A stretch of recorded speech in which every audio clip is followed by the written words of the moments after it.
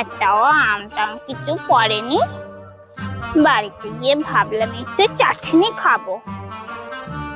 সেই ওদের বাড়ি থেকে তো চিনির কৌটোটা ঝেঁপে এনেছিলাম, কতটা চিনি রয়েছে। তা আম পেলে ভালো হয়, খুব একটাও আম পাওয়া যায় না।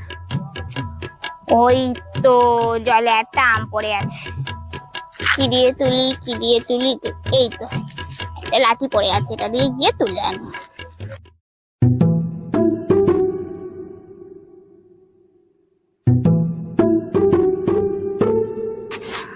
বাবা কত কষ্ট করে আমটা পেলাম।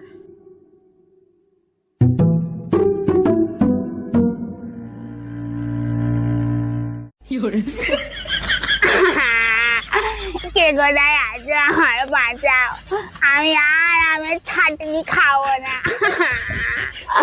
বাঁচাও।